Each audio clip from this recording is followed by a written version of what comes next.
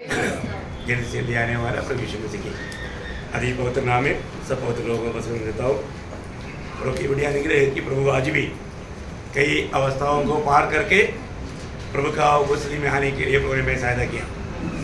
खास करके प्रभु की उपस्थिति में आना ये इसके लिए बहुत स्ट्रगल है।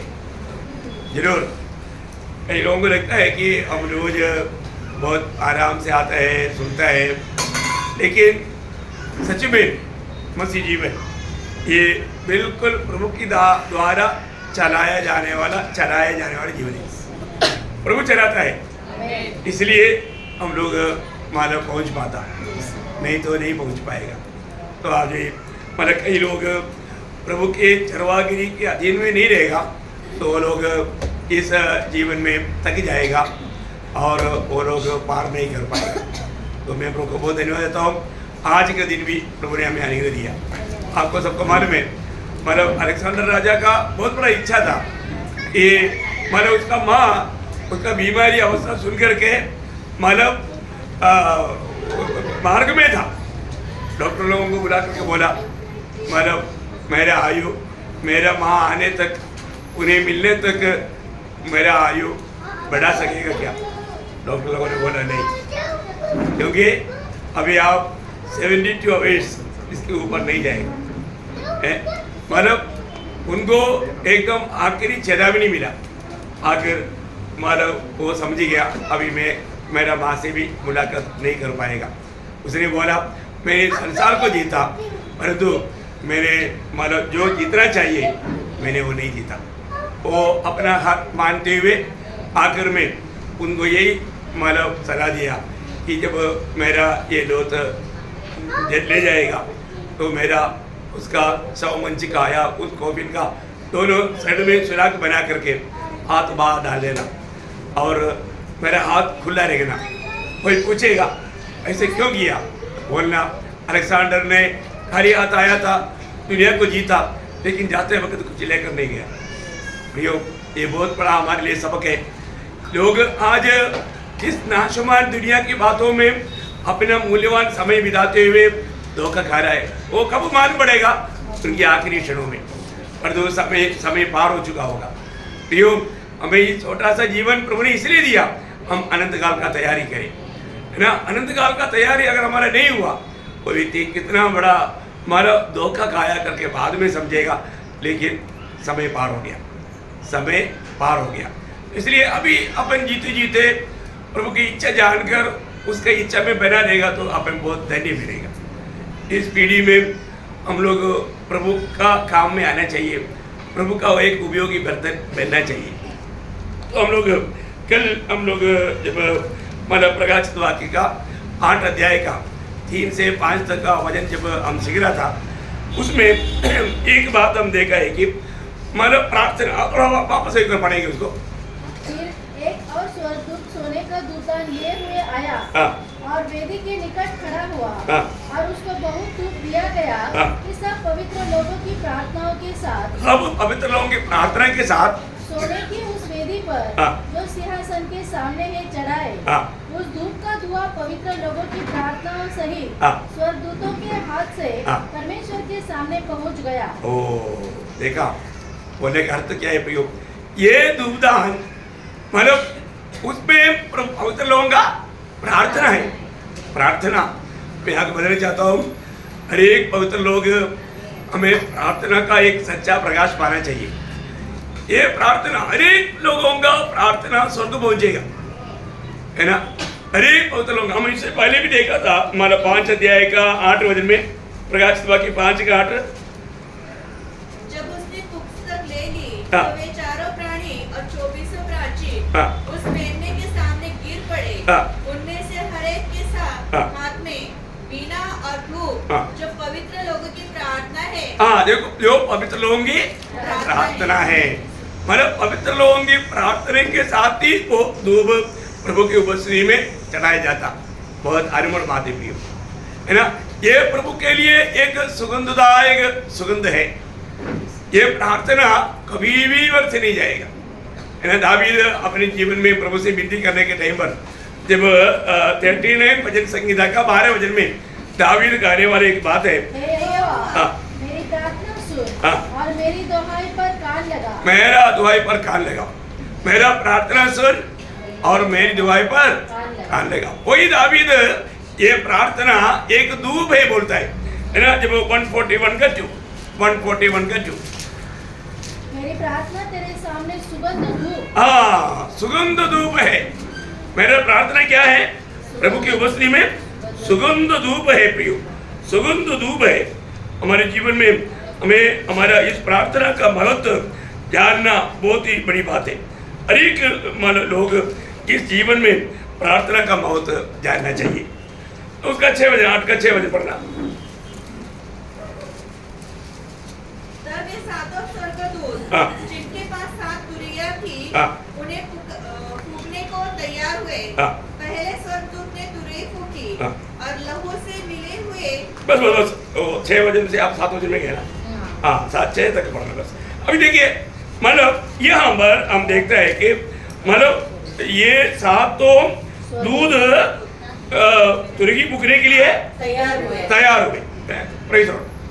मतलब तैयार होकर खड़ा है। मतलब अभी यहाँ से हम लोग मतलब 8 अध्याय से 11 अध्याय तक का बातें, उनका विवरण ये 7 तुरही में है, 7 तुरही में है। मैं उधर जाने से पहले मैंने आपको कल बताया था, ये जो मतलब पहला 7 मोर, उस मोर का उसमें 6 मोर का बात, 7वां मोर बोलेगा तो अगला प्रोग्राम का मतलब वो एक क्या बोलता, प्रोग्राम का स्टार्टिंग के लिए वो दिया रूपरेखा है, रूपरेखा है। तो बाकी ये जो 6 मोर खोला, तो यीशु मसीह को 6 लोगों ने आखिरी समय के बारे में 3 सवाल पूछा था। आप लोगों को याद होगा, मत्ती की सुसमाचार 24 अध्याय, मैंने आपको बोला था कल, मैं वो भी बात बता करके आगे बढ़ूंगा। तो वहां पर 24 अध्याय में 3 सवाल पूछा था। उसका तीसरा वचन पढ़ना, 24 का 3। पहाड़ पर हाँ हाँ हमें बता कि ये बातें कब होंगी। हाँ तेरे आने का और जगत के अनुसार क्या चिन्ह होगा। हाँ, यीशु ने उनको उत्तर दिया। बस ज़्यादा से पढ़ने के लिए बोले, उत्तर ही पढ़ना। तो बहुत बड़ी बात है, हमें ये बात को जानना है कि मतलब यहाँ पर 3 सवाल किया। क्या किया? 3 सवाल। ये 3 सवाल का उत्तर प्रभु ने आगे मतलब वचनों में दिया। बहुत आप लोग बहुत ध्यान से प्रार्थना के साथ रहना, बहुत प्रार्थना के साथ, क्योंकि आपको मालूम है कि रेवलेशन का क्लास ध्यान से सुनने के लिए और उसको ना समझने के लिए विरोधी कोशिश करेगा। मंडली के लिए नहीं तो भी मंडली जानना जरूरी है, तभी तो हमारे लिए दिया है वचन। तो यहाँ पर हम लोग क्या देखता है, जब यीशु मसीह ने उनका सवाल, अभी आपको मालूम है पहला सवाल क्या था, ये कब होगा, कब, वो तो एक वजह से शुरू से पढ़ना पड़ेगा। मतलब ये मंदिर दिखाया, मंदिर का बारे में दिखाने के टाइम पर प्रभु ने बोला ये मंदिर का पत्थर के ऊपर पत्थर नहीं रहेगा। ये बात सुनने के बाद में प्रभु ने ये मतलब ये बात बताया। तो इसका मतलब वो कब हुआ, वो तो आपको मालूम है, चरित्र एक बार नहीं हजारों बार आप सुन चुका है। AD 70 में जब तीतुस कैसर यरूशलेम को मतलब घेरा और मतलब मंदिर को आग लगाया और मंदिर का दीवारों में लगे हुए सोना पिघल करके पत्थर के बीच में जाने के कारण हाथी लाकर जुत कर उसके बीच में पड़े हुए सोना निकाल करके वो लेकर गए। उसका मतलब प्रभु का वचन AD 70 में वो बात पूरा हुआ। बाकी प्रभु का आने का और मतलब अंत समय, युग का अंत समय का चिन्ह है, वो बात के बारे में प्रभु ने जब बताया, वो बात अभी तक का ये 6 मोहर खोलने के बाद पर 7वां मोहर खोला तो आगे तक का बात है। ये बातों पर ये बात लिखा है, बहुत ध्यान से सुनेगा तो समझेगा। और ये बात तो प्रभु ने उसी 24 अध्याय का 4-5 हो जाए। यीशु ने उनको उत्तर दिया, सावधान रहो, कोई तुम्हें न भरमाने पाए, क्योंकि बहुत से ऐसे होंगे जो मेरे नाम से आकर कहेंगे मैं मसीह हूँ और बहुतों को भरमाएंगे। देखिए ये एक बहुत बड़ी बात है कि जब हमने पहला मोहर तोड़ने के टाइम पर क्या देखा था, एक श्वेत घोड़ा आया, नहीं समझा? वास्तव में वो श्वेत घोड़ा क्या बोल कर आया, हाँ शांति, मतलब मैं ही मसीहा हूं करके बोल कर आया। यहूदी लोग मसीहा का इंतजार में था, मैं ही आने वाला मसीहा हूं करके बोल करके उन लोगों को धोखा दिया। अभी आपको मालूम है, अभी एक व्यक्ति वहां पर जीवित है, वो कहता है कि आने वाला मसीहा मैं हूं। देखो उसके पीछे बहुत लोग हैं। तो जो भी है, एक बात सच्चे है, अभी मसीह विरोधी जिंदा है। वो प्रकट होने का समय एकदम निकट है। जब प्रभु का मंडली जाएगा वो प्रकट हो जाएगा। तो इसका मतलब अगली बात, जब 6 अध्याय के 1-2 बजे मैं श्वेत घोड़े में आया बोलने का अर्थ, मतलब ये बात कैसा मिलता है वो बात तो मैं आपको बताया है ना, ये मोहर तोड़ने के ऊपर।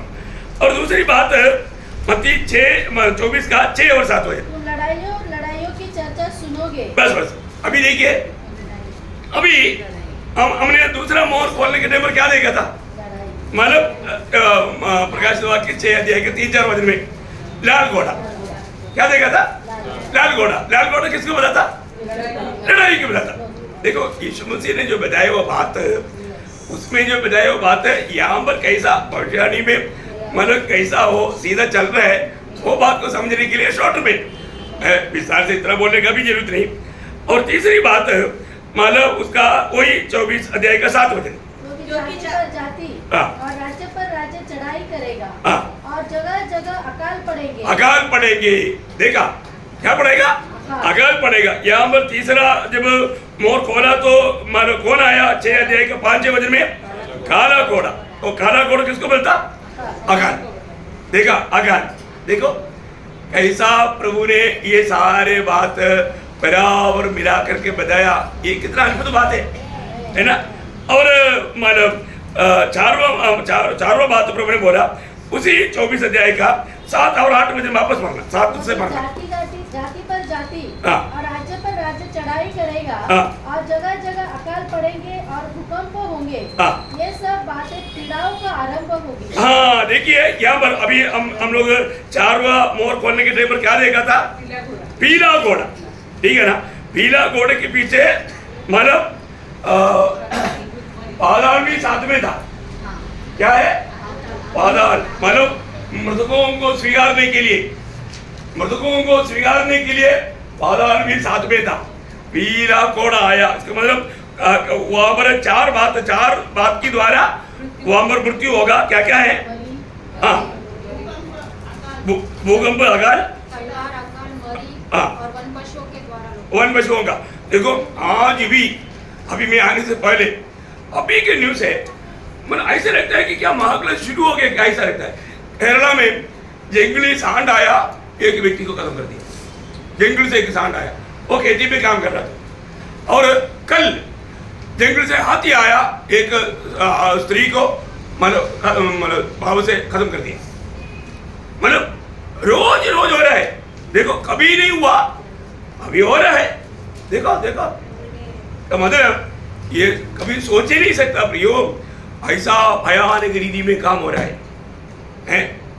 इसका मतलब हम लोग कितना निकटता में है, इसका हवा अभी से लगने लगा। इसका मतलब हम लोग कितना सावधान रहना चाहिए। बहुत लोग इतना सब देखने के बाद में भी, सुनने के बाद में भी कुछ हलचल नहीं। क्या है, प्रभु की आत्मा का वाद उनसे होता ही नहीं, होना चाहिए प्रिय। हम लोग जब भी ऐसा कुछ सिचुएशन देखता है तो हमें कितना जागरूक होना चाहिए। एकदम भयंकर बात हो रहा है दुनिया में, है ना।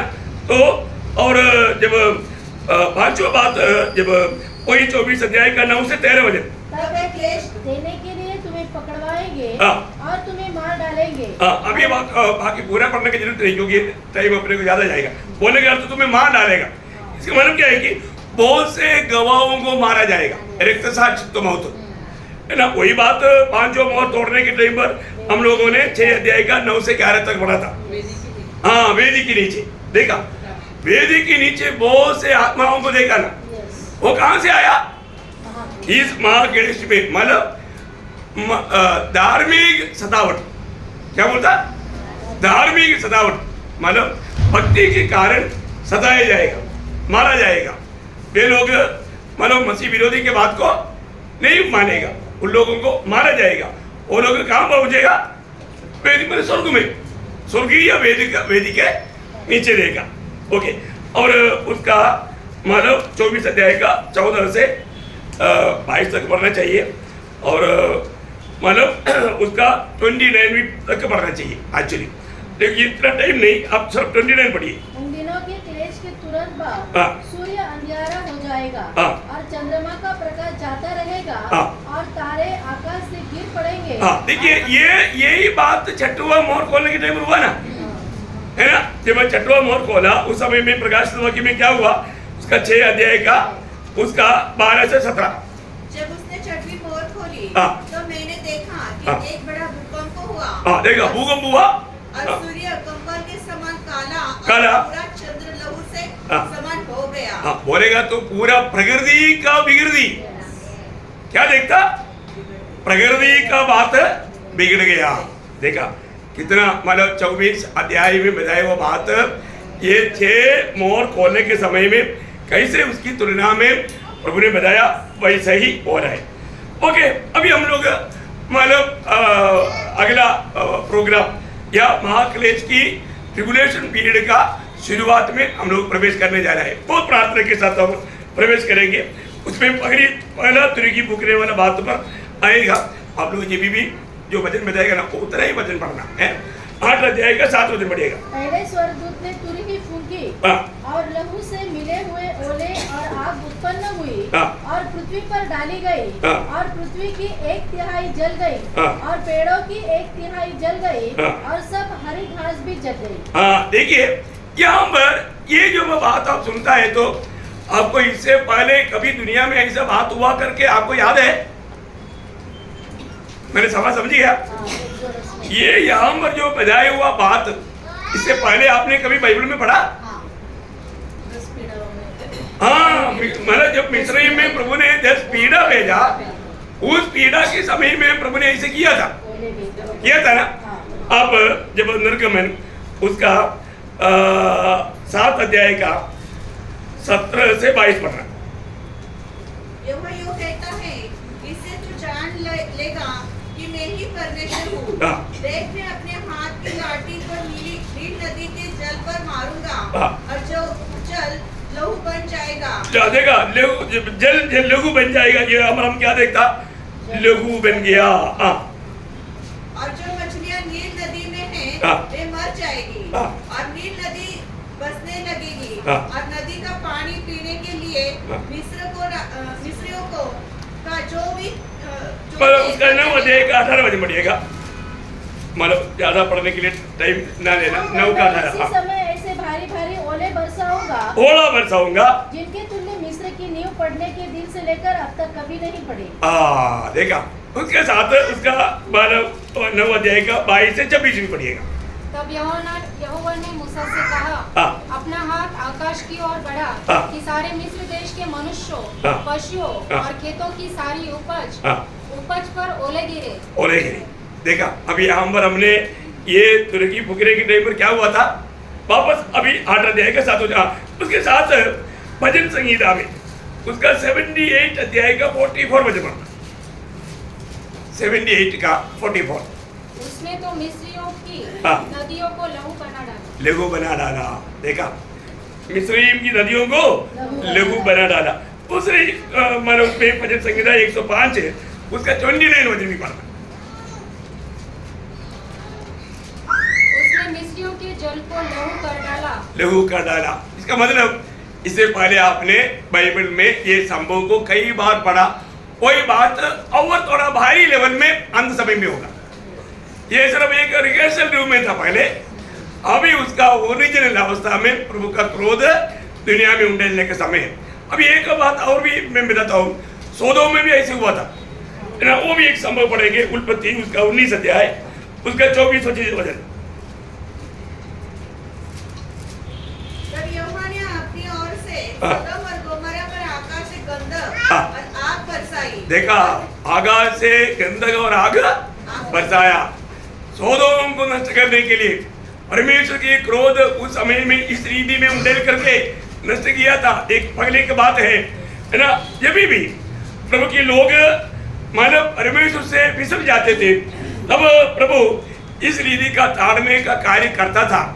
हग्गाई का किताब 2 अध्याय का 17 वचन में पढ़िएगा।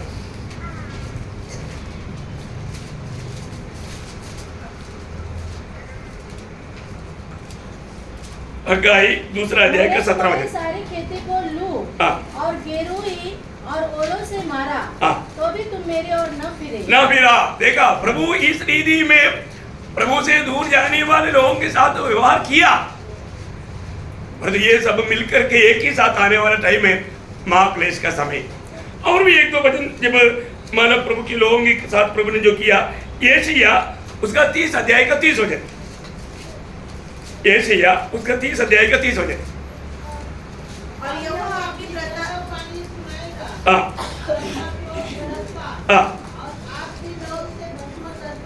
देखा, आग की देखा, इतना भारी बात। और प्रचंड आंधी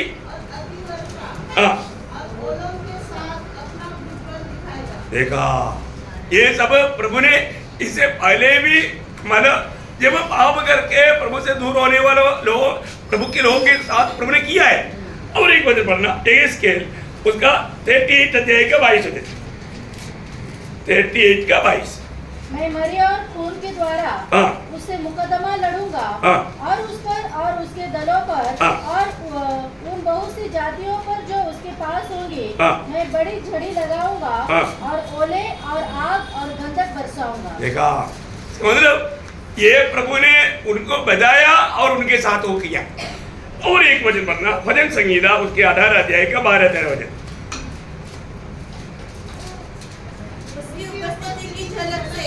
उसकी काली घटाएं फट गई, ओले और अंगारें भी। तब यहोवा आकाश में गरजा और परम प्रधान ने अपनी वाणी सुनाई, ओले और अंगारे। देखा, मतलब उन लोग प्रभु से हृदय कठोर करके पीछे हटने के टाइम पर प्रभु ने किया। अभी एक भविष्य में करेगा करके एक वायदा भी पढ़ेंगे, जोएल नबी की किताब उसका 2 अध्याय का 30 वचन।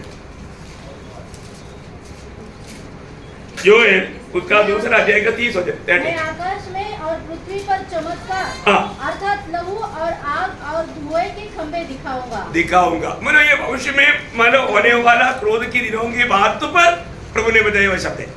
अभी वापस अभी हमने अभी जो पढ़ा हुआ 8 अध्याय का 7 वचन और एक बार पढ़ेंगे।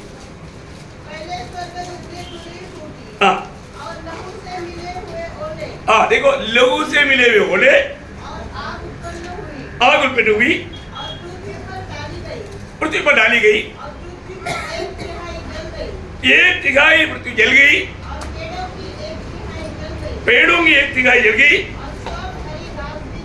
सब हरी घास भी जल गई। बाप रे, आप थोड़ा सोचो, अभी तक जो हुआ उससे इतना भयानक मतलब बात है यहाँ पर जो हो रहा है। आप देखिए, अभी आपको मालूम है मतलब पिछले साल में भी मतलब इसराइल में आग का बारिश हुआ था।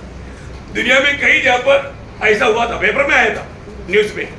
आप लोगों के ध्यान में है कि नहीं मालूम नहीं है।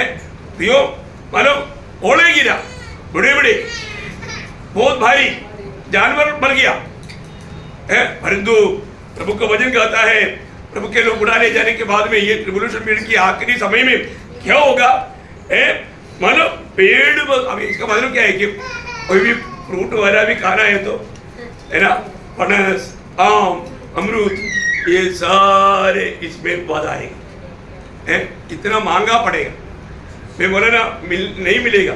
इवन मतलब अभी जो हरियाली जो मतलब इसका मतलब सब्जी जो खाता है सब खत्म हो जाएगा। क्यों? पूरा हरियाली घास नष्ट किया गया। अभी आप बताओ क्या होगा उसका उस समय में? हम लोग अपनी भावना में ला सकता है क्या है? देखा, इसका मतलब क्या है कि पूर्ण रूप में मतलब खेती को खत्म कर दिया, खेती नष्ट हो गया। आप देखो अभी यूक्रेन में क्या हो रहा है मतलब पूरा खेती नष्ट कर दिया है। पूरा एक प्रकार दुनिया का मतलब गेहूं का भंडारशाला था है, वो खत्म कर दिया, खेतियों को खत्म कर दिया। देखा, अभी ये सब हमारे सामने हो रहा है ना।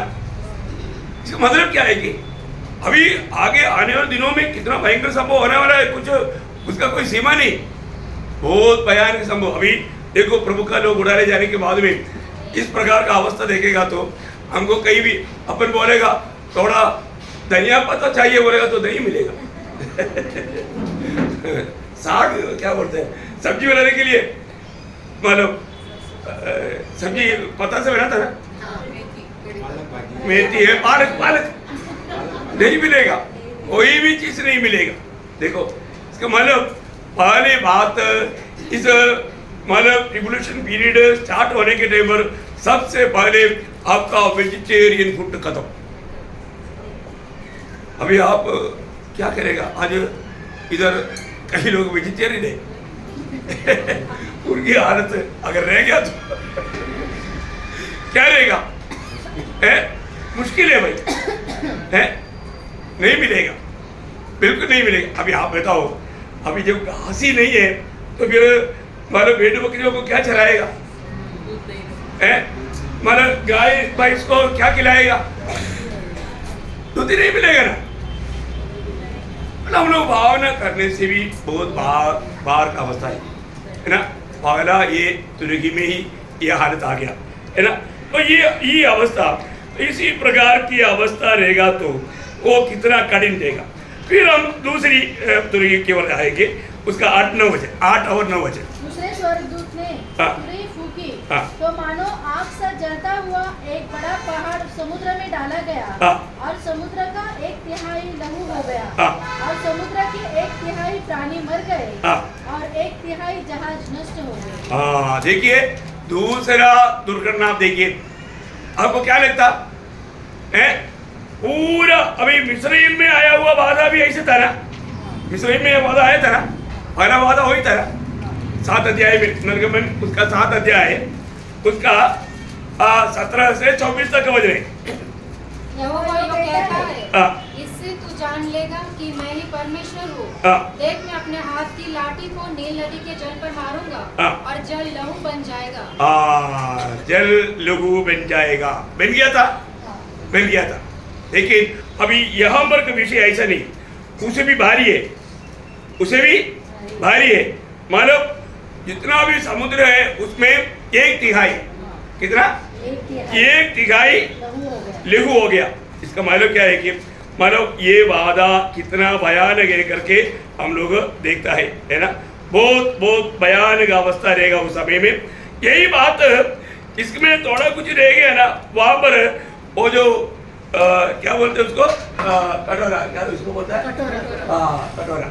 जब कटोरा डालने के टाइम पर भी ये बात होता है, मतलब एक मतलब तीसरा कटोरा डालने के टाइम पर सही यही विषय पर आता है। थोड़ा उसको पढ़ना, थोड़ा 16 अध्याय के 4 वचन। तीसरे स्वर्गदूत ने अपना कटोरा नदियों और पानी के सोतों पर उंडेल दिया और वे लहू बन गए। लहू बन गया। देखा मतलब बाकी जो भी थोड़ा रह गया था उस समय में, मतलब कटोरा उंडेलने के टाइम पर वो भी कंप्लीट हो जाएगा। लहू दुनिया में कहीं भी जाकर के कहीं टॉप खोलेगा तो क्या आएगा, सिर्फ लहू आएगा।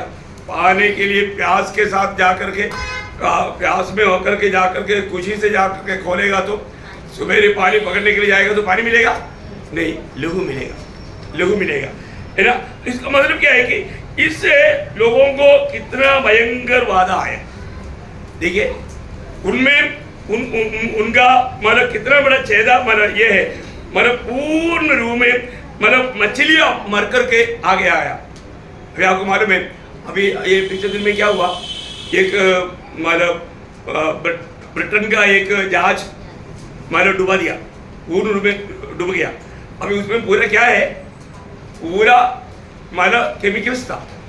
अभी उसमें क्या अभी असर होने वाला है, समुद्र का पूरा वो मछलियां पूरा अभी आप देखना कुछ समय में या कुछ दिनों में मर कर के ऊपर आएगा। इससे पहले भी कई बार हुआ है, लेकिन अभी आप देखना है ना, समुद्र में बहुत मछली ऐसा मर कर ऊपर आया। कारण क्या है करके भी लोगों को मालूम नहीं।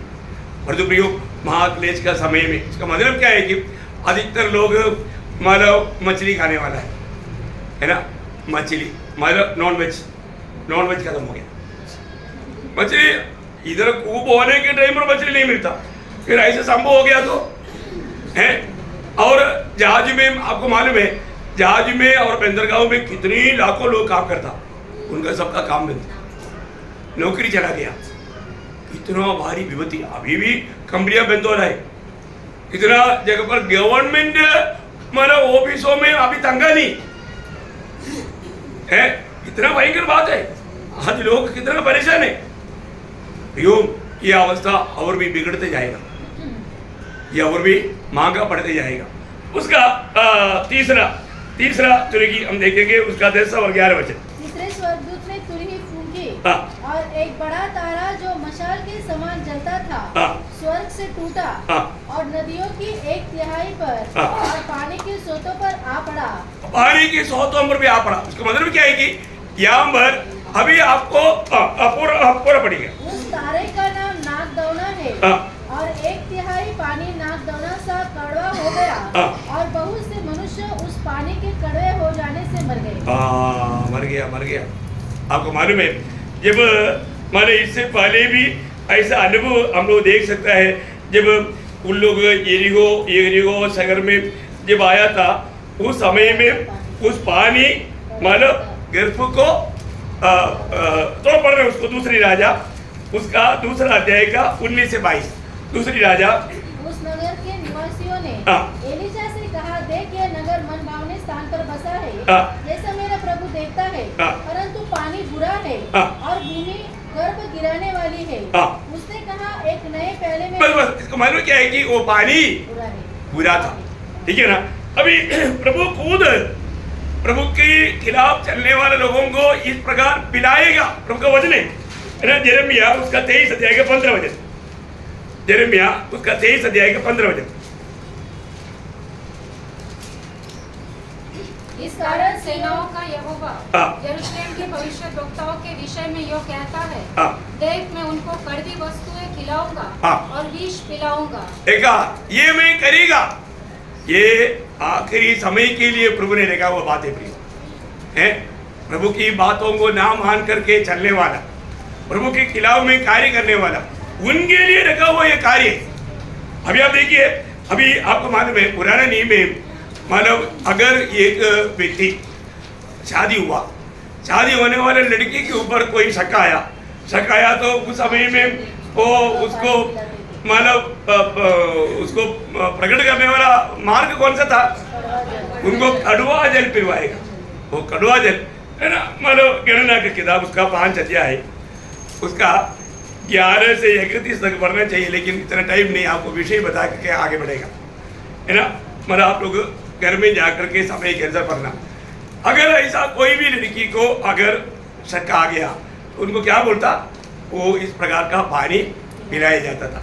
इसका मतलब प्रयोग यहाँ पर हम क्या देखता है, पहले वेजिटेरियन को खत्म किया, दूसरा नॉन वेज को खत्म कर दिया, और यहाँ पर तीसरा पानी तक खत्म कर दिया। आप बताओ, पहली बात उस समय की अवस्था क्या है? एकदम भयानक गर्मी है, एकदम बाहर निकल ही नहीं सकता, अंदर भी रह नहीं सकता, और आपको मालूम है उस समय में इलेक्ट्रिसिटी भी नहीं रहेगा, फैन घूमेगा नहीं, एसी चलेगा नहीं। ऐसा कोई सोचेगा कम से कम इस पे काम लेके, नहीं होगा। ये सारे बातों में अभी से कई देश में बोलता है कि इलेक्ट्रिसिटी सप्लाई नहीं हो रहा है, कम है, अभी उत्पादन कम है, कैसे रहेगा? और अभी जब इससे पहले जब हम छठवां मुद्रा जब खोलने के टाइम पर भी ये बात देखा था, उसका 6 अध्याय का प्रकाश हुआ के 6 का 13 वचन।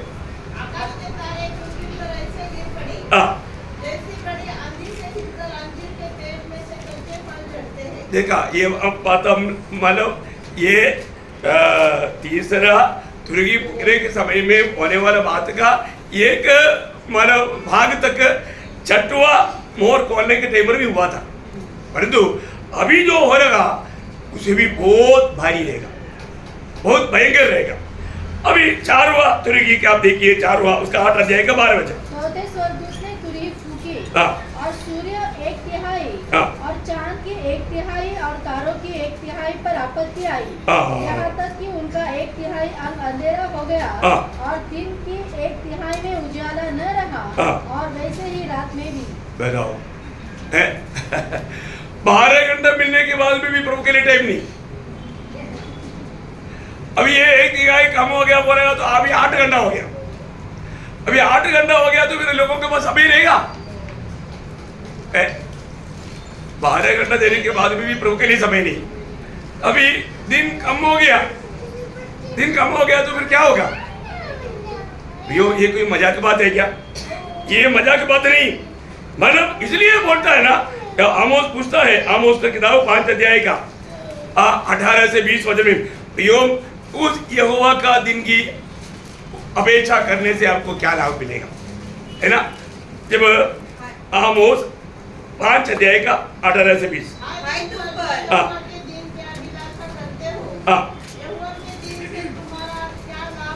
यहोवा की दिन की तुम्हारा क्या लाभ होगा? वह उजाले के नहीं, अंधियारा का दिन होगा। अंधियारा का दिन होगा। प्रियो, आप देखिए, है रोशनी नहीं रहेगा। रोशनी नहीं रहेगा तो क्या होगा?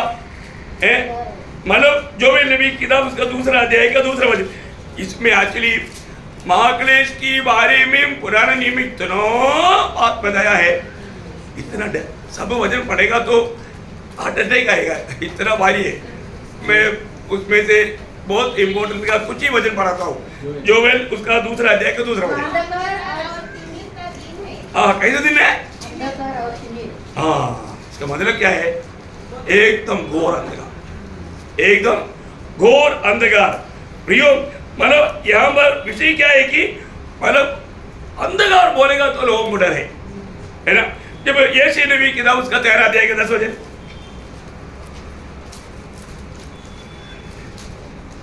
क्योंकि आकाश के तारागण और बड़े बड़े नक्षत्र अपना प्रकाश न देंगे और सूर्य उदय होते होते अंधेरा हो जाएगा। बताओ, सूर्य उदय होते होते अंधेरा हो जाएगा तो इसका मतलब अभी आप अपन भावना कर सकते हैं वो दिनों के बारे में।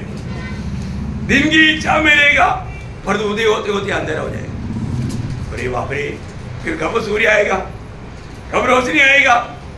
उन दिनों की अवस्था कितना भयानक रहेगा। इसलिए मानव सूरवीर होता है, एकदम भयंकर दिन है। उसके बारे में जब लूका का सुसमाचार में प्रभु ने कहा हुआ शब्द, लूका 21 अध्याय का 25 वचन, आपको मालूम है मत्ती 24 अध्याय, मार्क 13 अध्याय और लूका 21 अध्याय, ये तीनों चैप्टर महाक्लेश के दिनों के बारे में प्रभु ने बताया हुआ बात है।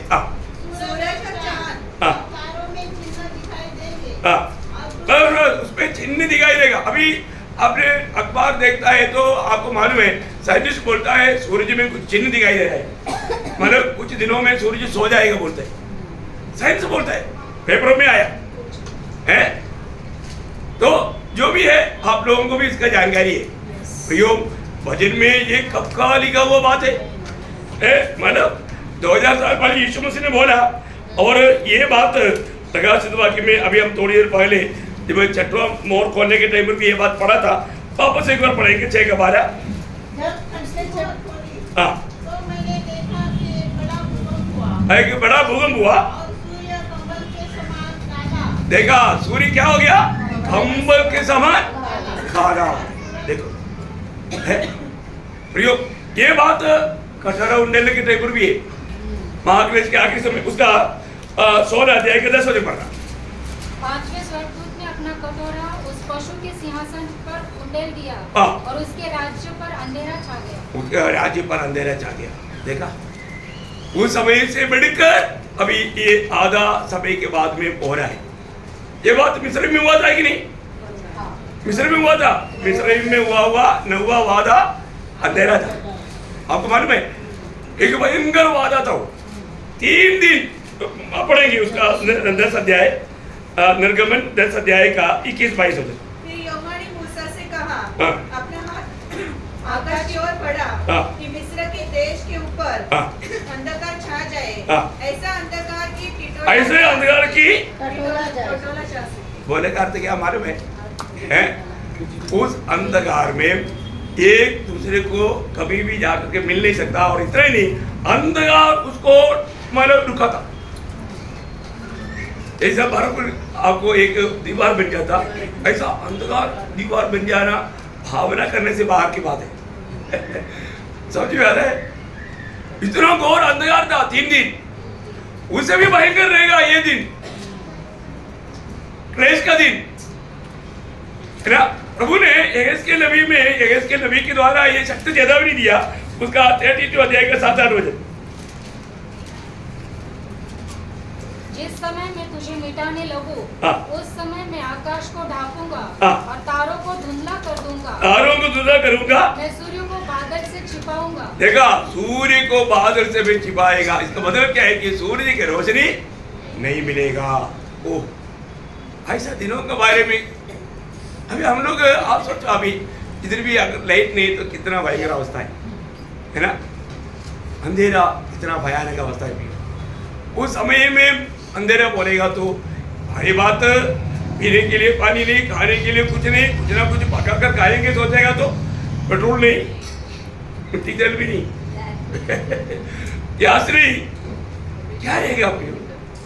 कैसे क्या खाएगा? भावना कर सकता है। इसलिए बोलता है उस दिन का इंतजार में मत रहो, अभी उधार पा करके प्रभु में है पहला पुनरुत्थान में भाग लेने के लिए तैयारी है मेरे। ओके, अभी हम लोग वहां पर एक अनोखा संभव देखते हैं। वो क्या मालूम है? उसका रेवल्यूशन 8 अध्याय का 13 वचन। जब मैंने फिर देखा तो आकाश के बीच में एक उकाब को उड़ते और ऊंचे शब्द से यह कहते सुना, उन 3 स्वर्गदूतों की तुरही के शब्दों के कारण जिनका फूंकना अभी बाकी है, पृथ्वी के रहने वालों पर हाय हाय हाय। अयो, आपको समझ में आ रहा है? मतलब अभी बोलता है कि अभी इससे भी बाहर ही आ रहा है। हाय हाय हाय 3 बार, मतलब बोलने का मतलब महा भयंकर अवस्था। और ये कौन बोल रहा है? उगाओ, वापस पढ़ो उसको। जब मैंने फिर देखा तो आकाश के बीच में एक उकाब को उड़ते। हाँ देखो, उकाब बात कर रहा है। आप लोग ध्यान से सुनना है, कोई स्वर्गदूत आकर के नहीं बोल रहा है, उगाओ बोल रहा है। क्या बोला? सुना, उन 3 स्वर्गदूतों की तुरही के शब्दों के कारण। बनो होने वाला उस 3 दूतों की तुरही के कारण ये कौन बोल रहा है? उगाओ। जिनका फूंकना अभी बाकी है, पृथ्वी के रहने वालों पर हाय हाय हाय। इसका मतलब क्या है कि उगाओ बात करने जा रहे हैं। कोई मुश्किल है क्या? जब गेदर से प्रभु बात करा सकता है तो उगाव से बात कराएगा। हैं? गेदर बात किया था ना? हाँ देखो, सबको मालूम है? तो गेदर बात कर सकता है तो उगाव भी बात करेगा, है ना। गणना का किताब में 22 अध्याय का 22 से 30 तक का वचनों में हम देखता है कि मानव गेदा बिलियाम से बात किया, गेदा बिलियाम से बात किया। पढ़ने की जरूरत नहीं, बाद में पढ़ लेना।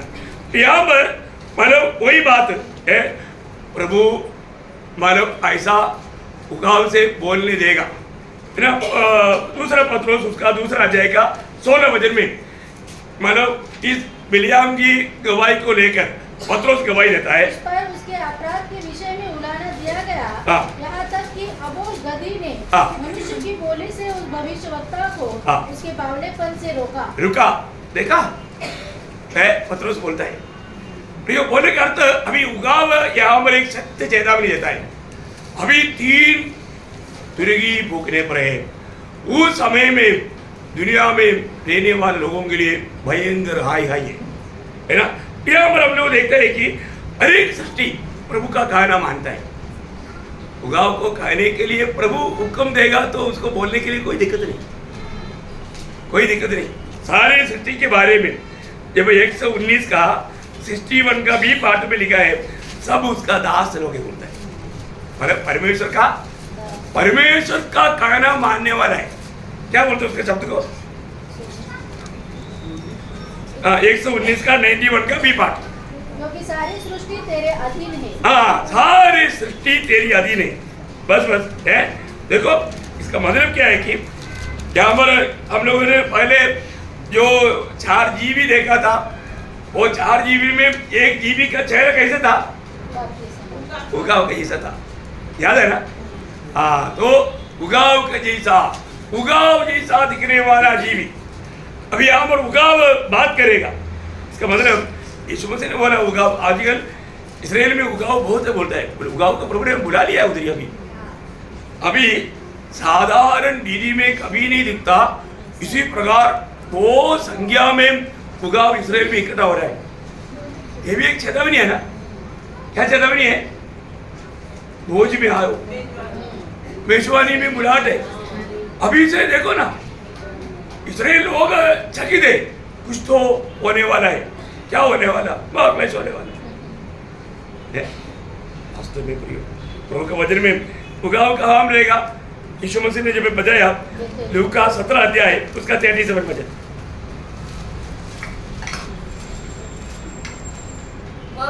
यह सुन उन्होंने उससे पूछा, हे प्रभु यह कहाँ होगा? उसने उनसे कहा, जहाँ लोथ है वहाँ गिरते इकट्ठे होंगे। जहाँ पर लोथ है वहाँ पर गिरते इकट्ठा होगा। देखा ये कितना मनोहर बात है। इसका मतलब क्या है कि अभी लोथ बहुत ज्यादा इसराइल में इकट्ठा होने वाला है। कितना लोग मरने वाला है? करीब 20 करोड़ सेना वहाँ मारा जाएगा। संख्या तक गिन करके रहेगा। आप देखो, इसको कवर करने के लिए कौन मिलेगा? कवर करने के लिए कोई नहीं मिलेगा, इसलिए पक्षियों को खाने के लिए बुलाएगा। वो बुलाया, अभी से जाना शुरू कर दिया। दुनिया भर में इधर का ही उगाव देखेगा तो मिलेगा ही नहीं। सब बोलेगा अब यात्रा पे कहाँ जा रहे हैं? इसराइल को जा रहे हैं। प्रभु ने हमें बहुत बड़ा बोझ तैयार किया है, उसके लिए हम जा रहे हैं बोलेगा। हाँ, वो बोलेगा अभी आप लोगों को हम नहीं मिलेंगे, इस देश में हम नहीं रहेंगे, हमारे लिए बोझ तैयार है बोलेगा। प्रियो, ये एक बहुत बड़ी बात है कि मानो हर प्रकार यहाँ पर सदावट बहुत शक्ति रीति में, यहाँ पर मिस्रईम में प्रभु ने जो किया हुआ जो बात है, इसराइल के साथ जब निर्गमन का किताब उसका 19 अध्याय उसका 4 वचन। तुमने देखा है कि मैंने मिस्रियों से क्या क्या किया। तुमको मानो उकाब पक्षी के पंखों पर चढ़ाकर अपने पास ले आया। देखा, उगाव पक्षी के ऊपर तुम्हें मैं मेरे पास लेकर आया। जब अनुवाद व्यवस्था विवरण 32 अध्याय का 11 वचन भी। जैसे उकाब अपने घोंसले को हिला कर अपने बच्चों के ऊपर मंडलाता है, वैसे ही उसने अपने पंख फैलाकर उसको अपने परों पर उठा लिया। देखो, बोलने का अर्थ मतलब प्रभु की बात ना मानने वालों के लिए ये एक चेतावनी है, मानने वालों के लिए एक बड़ा आशीष भी है। प्रभु का अनुग्रह भी उनके द्वारा प्रभु ने उंडेला है। तो इसलिए यहाँ पर कष्ट करके 3 बार कहा, 3 बार, ठीक है ना। तब इसका मतलब क्या है प्रियो? वो कष्ट एकदम भयानक रहेगा, वो कष्ट एकदम भयानक रहेगा। तो मतलब उस कष्ट के बारे में आपको मालूम, जब 9 अध्याय उसका 12 वचन पढ़ो। जब 5वें स्वर्गदूत ने तुरही फूंकी, तो मैंने स्वर्ग से पृथ्वी पर एक तारा गिरता हुआ देखा और उसे अथाह कुंड की कुंजी दी गई। अभी देखिए यहाँ पर क्या बताता है, किसको दिया ये अगाध कुंड का चाबी? मतलब बोला क्या है? एक तारा गिरता हुआ देखा और उसे इसका मतलब मतलब तारा है तो उसे बोलेगा, मतलब आप लोग ग्रामर में देखो, उसे बोलेगा। तारा कोई व्यक्ति नहीं है ना, यहाँ पर उससे जो प्रयोग किसको आना चाहिए? व्यक्ति को आना चाहिए। मैंने बोलने का अर्थ समझ में आया? हाँ, इसका मतलब यहाँ पर जो तारा बोला हुआ वो सादा तारा नहीं। बात आप लोगों को समझ में आ रहा है? हाँ, मतलब यहाँ पर बोला क्या? तारा गिरा। तो ये तारा क्या है, कौन है? और उसको मतलब अगाध कूप का है, हाँ, उसका कुंजी दी गया। देखो आप देखो, उसको कुंजी दी गया। तारा को कैसे कुंजी देगा? इसका मतलब तारा क्या है?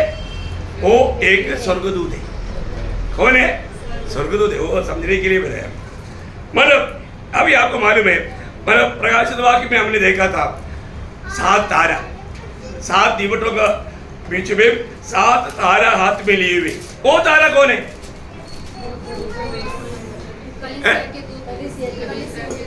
कलीसिया के दूध। हाँ, कुछ लोगों को याद है। हाँ, कोई सवाल पूछेगा तो जवाब देना ना। वो तारा मंडली का अगुआ है, वो दूध है। और तो यहाँ पर बोला हुआ दूध कौन है? यहाँ पर बोला हुआ वो तारा दूध नहीं, वो तारा दूध है, क्योंकि दूधों को भी तारा कहा गया, बोला ना बाइबल में, दूधों को भी तारा कहा गया। जब ईयोब की किताब, मतलब आपको समझ में आ रहा है ना, क्योंकि कोई मुश्किल नहीं है समझने के लिए। ईयोब 38 अध्याय के 6 वचन। उसकी देव कौन सी वस्तु पर रखी गई? हाँ, या किसने उसके कोने का पत्थर उठाया? जबकि भोर के तारे। और की तारे, मतलब किसके बारे में बोला? नहीं, स्वर्गदूतों के बारे में।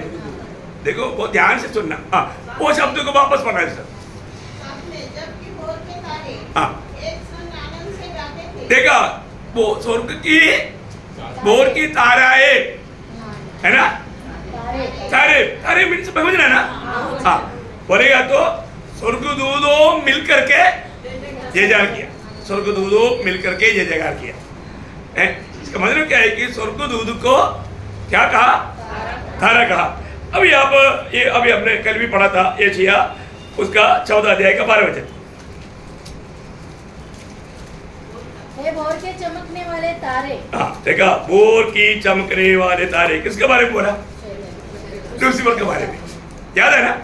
हाँ, मतलब लूसीफर के बारे में बोला। वही बात है जब प्रकाशित वाक्य 12 अध्याय का 4 वचन पढ़ना, प्रकटीकरण 12 के 4। उसके पूंछ के आकाश के तारों की एक तिहाई को खींचकर हाँ, पृथ्वी पर डाल दिया। हाँ, वह अजगर उस स्त्री के सामने। बस वो कौन है? एक तिहाई तारे। गिराए हुए हाँ, स्वर्गदूत। समझ में आ रहा है ना? एक तिहाई स्वर्गदूतों को कौन गिराया? शैतान। भी आप देखो कि शैतान कितना चला के स्वर्ग में उसने एक तिहाई स्वर्गदूतों को बहकाया। आप बताओ, है उसका कार्य कितना भयंकर है। इंसान को गिराने के लिए शैतान को कोई दिक्कत है क्या? प्रभु हमको बचा रहा है इसलिए बच गया है। यो ज्ञान से पूर्ण है, वो ज्ञान से पूर्ण है। उसको इंसान को गिराना बोलेगा तो कोई दिक्कत नहीं। देखिए हम कैसे बचता, प्रभु हमें संभालता है। प्रभु का अनुग्रह की दृष्टि हमारे ऊपर है। प्रभु ने हमें दिया हुआ पवित्र आत्मा के द्वारा आलोचना देख करके प्रभु हमको ले चलता है। देखिए बोलने का अर्थ क्या है कि ये सब मतलब शैतान का काम है। शैतान आज भी मतलब पूर्ण रूप में अपनी आजादी में काम करता है, लेकिन प्रभु के लोगों को शैतान के ऊपर प्रभु ने जब यीशु मसीह जब दुनिया में था 6 लोगों को भेजा था, 70 लोगों को। वो लोग खुशी से आया, उस समय में यीशु मसीह ने उनको एक बात कहा, शैतान नीचे गिरते हुए मैंने देखा। क्या बोला था? है ना, लूका उसका 10 अध्याय का 18 वचन। हाँ, हाँ, देखा है, मैं उनको देख रहा था। प्रियो, एक बात जानना, मतलब ये जो पौलुस के जीवन में एक गुस्सा मारने के लिए किसको नियुक्त किया था? शैतान का दूध को, शैतान का दूध को। आपको याद है मानव 2 कोरिन्थी 12 के 7। तो बहुत बड़ी बात क्या है कि यहाँ पर शैतान की दूध, मतलब यहाँ पर जो तारा करके जो बताया वो शैतान के बारे में बताया। अभी आपको मालूम है ये शैतान आज दुनिया में कितना भ्रष्टाचार चल रहा है, इसके पीछे किसका ताकत है? शैतान। सारे दुनिया आज दुष्ट का आदि में पड़ा है। यीशु मसीह जब राज करने के लिए आएगा, प्रभु क्या करता?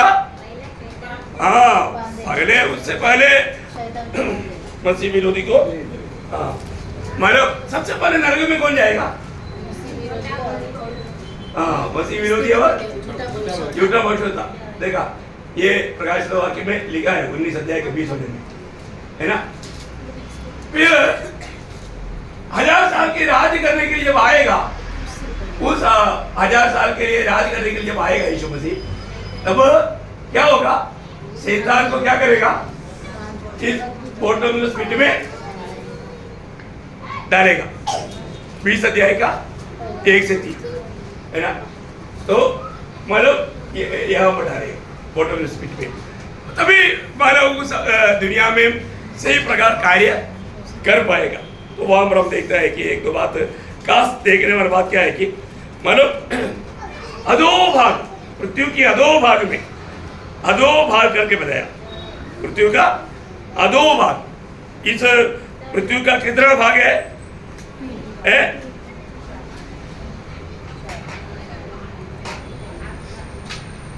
खास करके यहाँ पर 4 भाग है।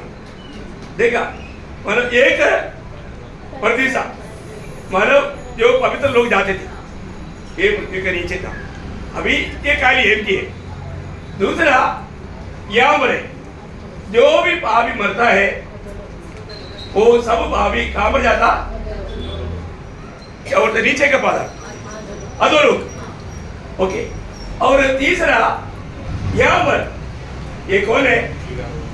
हाँ, गिरा हुआ वो स्वर्गदूत, गिरा हुआ स्वर्गदूत। और ये जो मतलब 1000 साल के लिए इसको डालेगा, ये अलग जगह है, ठीक है ना। परंतु यहाँ पर कुछ और लोग भी है, वो पृथ्वी को जो नया बनाने से पहले ये दुनिया में रहने वाला लोग मर करके उनकी आत्मा यहाँ पर है। ये हम आगे स्टडी में आपको ये बात मिलेगा। ये जब वहां पर डालेगा, अभी वो जो लेगियोन भरा हुआ व्यक्ति है, वो लेगियोन में जो दुष्टात्माएं था, वो इस यहाँ से मतलब निकलने वाला लोग है, आत्माएं, दुष्टात्माएं। एक बहुत बड़ा एक जानकारी की बात है, वहां पर जब आएगा अपने को मालूम पड़ेगा। ओके, तो यहाँ पर पहली बात लासर विश्राम किया हुआ ये जगह। दूसरा मतलब लूका 16 अध्याय का हम लोग जो मतलब 23-24 वचन में देखता है, वो धनवान जो पड़ा हुआ अधोलोक। और तीसरा दूसरा पत्रोस और उसका दूसरा अध्याय का 4 वचन और यूदा 6 वचन। ये है मतलब मनुष्य पुत्रियों को सुंदर देख करके अपना स्थान छोड़ करके आकर के विवाह किया हुआ उन दूधों को बांध करके, जंजीर से बांध करके डाला हुआ है। Okay okay.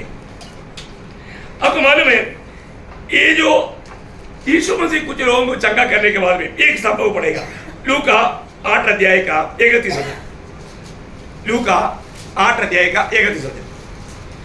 उन्होंने उसे विनती की कि हमें अथाह गड्ढे में जाने की आज्ञा न दे। कहाँ पर? अथाह गड्ढे में। अथाह गड्ढे में, ये गड्ढे में देखा वो दुष्टात्मा है मानव, इसमें लेगियोन था। वो लोग क्या बोलता है? हमें उस अथाह गड्ढे में जाने ना दे। अथाह कुंड यहाँ से मानव बहुत से दुष्टात्मा और महाक्लेश के दिनों में निकलने वाला है, महाक्लेश के दिनों में निकलने वाला है। परंतु अभी ये लोगों को अभी शैतान को डाल करके बंद करने के बाद में बाहर आने का मौका नहीं, वो भी सब डाला जाएगा इसमें पूरा। वो भी अभी भी शैतान का अंडर में है, काम करता है ना, अनगिनत रीति में है। तो प्रभु का धन्यवाद। तो यहाँ पर ये थोड़ा सा शैतान का पूरा भेद खोलने वाली बात है। आप लोग बहुत प्रार्थना के साथ सुनेगा तो समझेगा। आज कई बात आपको ठीक से समझा नहीं होगा, समझा? कई लोग ध्यान भी शायद नहीं दे पाया होगा, क्योंकि शैतान का हर कभी भी लोग ध्यान से सुनने के लिए, सीखने के लिए वो नहीं चाहता। उनकी पूरी भेद यहाँ पर खुल जाएगा। इसी कारण हमें इसको सही रीति में मैंने जानना बहुत जरूरी बात है। प्रभु को धन्यवाद हो। अभी आज मैं यहाँ पर मन समाप्त करूँगा। 9 अध्याय का दूसरा वचन से अपन कल देखेगा। 9 अध्याय जरूर आप लोग थोड़ा अच्छी तरह पढ़ करके ध्यान करके आना, क्योंकि थोड़ा बहुत समझने के लिए थोड़ा सा दिक्कत की बात है ये 9 अध्याय में है, या ये आखिरी 3 क्लेशों में, आखिरी 3 तुरगी में थोड़ा सा हार्ड है। बहुत ज़्यादा प्रार्थना के साथ आप पढ़ कर आएगा तो, और प्रार्थना के साथ सुनना, तभी वो बोलने के लिए भी अनुग्रह मिलेगा, आपको उसको थोड़ा विस्तार से समझा पाएगा। Praise the Lord. तो प्रभु आप सबको आशीष दे, प्रभु को महिमा मिले।